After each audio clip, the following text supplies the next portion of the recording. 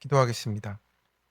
하나님 아버지, 오늘 우리에게 소리를 높여 온 다윗의 말씀을 주십니다. 내 분노와 복수도 하나님의 공의 앞에 내려놓고 오해와 위기 속에서도 하나님 앞에 나아가는 우리가 되도록 도와주시옵소서. 듣겠습니다. 말씀하여 주시옵소서. 모든 말씀 예수님 이름으로 기도드립니다. 아멘. 네, 오늘은 사무엘하 3장의 말씀으로 큐티 제목 소리를 높여 온 다윗에 대한 내용을 함께 나누겠습니다. 네, 우리는 억울한 일을 당하면 이제 마음에 두 가지가 올라오고 있습니다. 하나는 내가 직접 해결해야겠다라는 분노이고, 또 하나는 사람들이 나를 어떻게 볼까 하는 두려움입니다. 오늘 다윗도 그런 상황 한가운데에 있는 것 같습니다. 이제 막 유다와 이스라엘을 통합해서 가야 하는 중요한 시기인데 요압이 아브넬을 죽여버린 겁니다. 문제는 사람들이 다윗이 시켜서 죽인 거 아니냐, 이렇게 오해할 수가 있는 것이죠. 왕권도 흔들릴 수 있는 위기를 가져온 겁니다. 그런데 다윗은 자기 이미지를 관리하지 않았어요. 억울함을 변명하지도 않았고 그저 하나님 앞에 먼저 서게 되었습니다. 그리고 소리를 높여 울고 있습니다. 오늘 이 아침 우리도 하나님 앞에서 내 분노와 억울함을 또 어떻게 처리해야 할지를 함께 살펴보고 띵크해 보려고 합니다. 첫 번째로 내 분노와 복수를 하나님의 공의 앞에 내려놓아야 합니다. 28절입니다. 그 후에 다윗이 듣고 이르되 아브넬의 피에 대하여 나와 내 나라는 여호와 앞에 영원히 무죄하니 라고 했습니다. 여기서 중요한 표현이 있습니다. 여호와 앞에라고 써 있어요. 다윗은 사람 앞에서 자기 결백을 주장하는 것이 아니라 하나님 앞에서 자신을 살피고 있습니다. 사실 다윗 입장에서는 너무 억울합니다. 자기는 평화의 언약을 맺고 아브넬을 돌려보냈는데 요압이 개인적인 복수심으로 죽여버렸습니다. 30절을 보면 요압이 왜 죽였는지가 나옵니다. 이는 전에 기브온 전투에서 자기 동생 아사엘을 죽인 까닭이라고 이렇게 말하고 있어요. 요압은 지금 나라도 보이지 않고 자기 상처 때문에 움직인 겁니다. 상처가 해결되지 않으면 사람은 반드시 복수하게 되어 있어요. 겉으로는 정의를 외치지만 사실은 분노 속에 있는 것입니다. 겉으로는 옳은 말 같지만 속에는 쓴뿌리가 있는 거예요. 우리도 그렇습니다.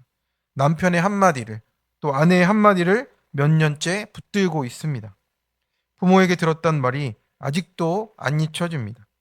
교회에서 섭섭했던 일들이 마음에서 떠나지를 않는 거예요.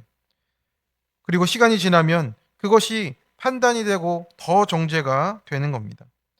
저 사람은 원래 그런 사람이다. 절대 안 변할 거야. 내가 당한 걸 꼭 갚아주겠어. 그런데 오늘 다윗은 자기 손으로 해결하지 않습니다. 하나님의 공의 앞에 그저 내려놓는 것이에요. 29절에 보면 다윗이 요압의 집에 대해 저주를 선언하고 있어요. 죄를 죄라고 이야기하는 것이고, 그러나 심판자가 되지는 않습니다. 여기서 다윗과 요압의 차이가 있습니다. 요압은 상처로 행동했고 다윗은 하나님을 경외함으로 나아가고 있습니다. 상처는 해석받지 않으면 반드시 사고로 이어지고요. 요압은 상처를 하나님께 가져가지 않았습니다. 그래서 결국에는 살인까지 가게 된 것이죠. 성도 여러분, 우리는 억울함을 오래 붙들면 반드시 관계를 깨뜨립니다. 말로 죽이고 표정으로 죽이고 무관심으로 죽이는 겁니다. 어떤 집사님은 남편의 외도 이후 10년을 같이 살았는데 남편이 회개했어도 끝까지 차갑게 대했다라고 합니다. 밥은 차려주지만 눈을 안 마주치고 말을 해도 대답만 한 정도. 겉으로는 가정을 유지하지만 이미 마음으로는 죽이고 있는 것입니다. 그러다가 큐티하다가 원수 갚는 것이 내게 있다는 말씀 앞에서 하나님 앞에서 다시 내려놓게 되었다라고 합니다. 나는 피해자인 줄 알았는데 내가 심판자 자리에 앉아 있었구나. 그렇게 묵상이 되었다라는 것이죠. 그때야 처음 남편을 위해 기도하게 되었다라고 고백하시네요. 성도 여러분, 분노를 붙드는 것이 강한 것이 아니라는 겁니다. 하나님께 맡기는 것이 믿음이고 억울함보다 더 무서운 것은 하나님 없는 복수라고 하는 겁니다. 오늘 하나님은 우리에게 말씀하십니다. 내 상처를 붙들지 말고 억울한 일도 내 앞으로 가져오너라 라고 말씀하십니다. 적용 질문입니다. 내가 아직 용서하지 못하고 있는 사람은 누구입니까? 나는 어떤 억울함과 상처를 반복해서 묵상합니까? 최근 내 말과 태도 속에 복수심이나 냉소가 드러난 적은 없습니까? 하나님께 맡긴다 하면서도 사실은 내가 심판자 되어 있지 않습니까? 두 번째입니다. 오해와 위기 속에서 진실되게 하나님 앞에 섭니다. 31절입니다. 다윗이 요압과 및 자기와 함께 있는 모든 백성에게 이르되 너희는 옷을 찢고 굵은 배를 띠고 아브넬 앞에서 애통하라 라고 하고 있어요. 다윗은 지금 왕으로 세워졌습니다. 왕은 체면을 지켜야 하고 정치적으로도 계산을 해야 돼요. 그런데 다윗은 체면보다 진실을 택했습니다. 32절을 보니까 왕이 아브넬의 무덤에서 소리를 높여 울었습니다. 히브리어로 보면 이제 가슴을 찢듯 통곡했다라는 뜻이에요. 왜 이렇게 울었습니까? 억울하게 죽은 한 사람 때문이기도 하지만 무엇보다 자기 공동체 안에서 일어난 죄 때문에 그렇다라는 거예요. 다윗은 요압이 한 일이니 나는 몰라 하고 있지 않습니다. 공동체의 죄도 자기 아픔처럼 끌어안고 있어요. 이것이 다윗의 눈물이었습니다. 우리는 오해받으면 보통 급하게 해명을 합니다. 제가 한 거 아니다. 오해입니다. 저 사람 때문에 그렇다. 이렇게 변명하기 바쁩니다. 그런데 다윗은 애통하고 있어요. 왜냐하면 하나님 앞에서는 변명보다 애통이 먼저이기 때문에 그렇다라고 하는 겁니다. 34절을 보면 내 손이 결박되지 아니하였고 내 발이 착고에 채이지 아니하였거늘 이렇게 되었습니다. 아브넬은 죄인처럼 죽을 사람이 아니었다. 속임을 당해 억울하게 죽었다라는 것을 그 억울함 앞에서 진심으로 슬퍼하고 있습니다. 그래서 회개는요, 내가 얼마나 억울한가를 보는 것이 아니라 하나님 없이 행한 내 모습을 보는 것이라고 하십니다. 사람은 위기가 오면 본 모습이 나오고 어떤 사람은 더 계산적이 되고 남 탓을 하고 자기 이미지 지키기에 바쁜 것입니다. 그런데 다윗은 하나님 앞에서 진실하게 나아갔어요. 그래서 백성들도 다윗의 진심을 알게 된 겁니다. 37절 이후를 보면 백성들이 왕이 아브넬을 죽인 게 아니구나 하고 깨닫게 되었다라고 하는 거예요. 진실은 결국 드러나게 되어 있습니다.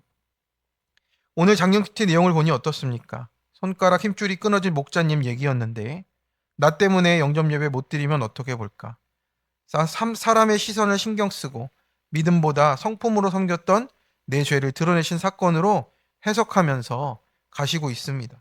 이 사건으로 하나님 없이 내가 아무것도 할 수 없음을 깨닫고 하나님이 하신다라는 것을 보게 하셨다고, 이제는 믿음으로 기도로 사명을 감당하며 내 약함을 나누겠다라고 이렇게 말씀하고 있습니다. 성도 여러분, 우리가 하나님 앞에서 진실하게 서면 당장은 오해를 받아도 하나님이 결국 진실을 드러내 주십니다. 하나님은 억울함이 없는 인생을 약속하지 않았고요. 그 억울함 속에서도 하나님 앞에 진실하게 서는 인생에 책임져 주십니다. 오늘 다윗처럼 우리가 소리를 높여 울어야 하는 것입니다.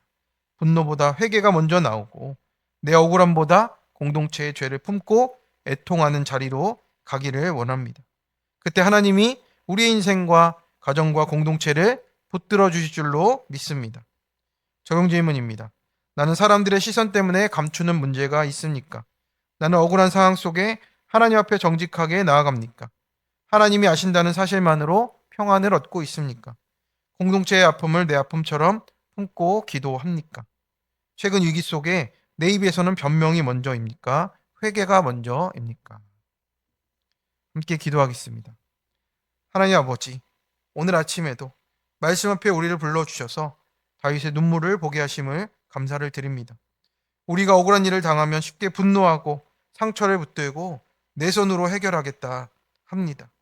요압처럼 상처를 붙든 채 복수의 칼을 들지 않게 하여 주시고 다윗처럼 우리의 억울함과 분노를 하나님의 공의 앞에 내려놓게 하여 주옵소서.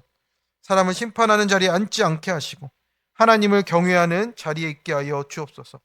주님, 오해와 위기 속에 하나님 앞에 진실하게 서게 도와주시고 체면과 이미지보다 회개를 먼저 하며 변명보다 애통함이 먼저 나오도록 주여 붙들어 주시옵소서. 특별히 가정 안에 오래된 상처와 말 못한 아픔을 만져주시고 부부와 자녀 속에 막혀있는 마음들을 회복시켜 주시옵소서. 우리 부르신 교회가 억울함을 주장하는 공동체가 아니라 함께 울고 함께 회개하는 공동체가 되게 하여 주셔서 사람을 살리는 공동체로, 복음으로 나아가는 공동체로 더욱 세워 주시옵소서. 오늘 하루도 억울한 일을 만나더라도 내 감정대로 끝까지 반응하지 않도록 도와주시고 먼저 하나님 앞에 무릎 꿇도록 인도하여 주시옵소서. 오늘도 우리를 끝까지 공의와 사랑으로 붙들어 주시는 우리 주 예수 그리스도의 이름으로 기도드립니다. 아멘. 네, 이 시간 오늘의 말씀을 가지고 기도해 주시고 또 우리 가정과 교회와 지체들을 위해서 또 나라와 열방 또 선교 사역을 위해서 이 시간 함께 기도하겠습니다.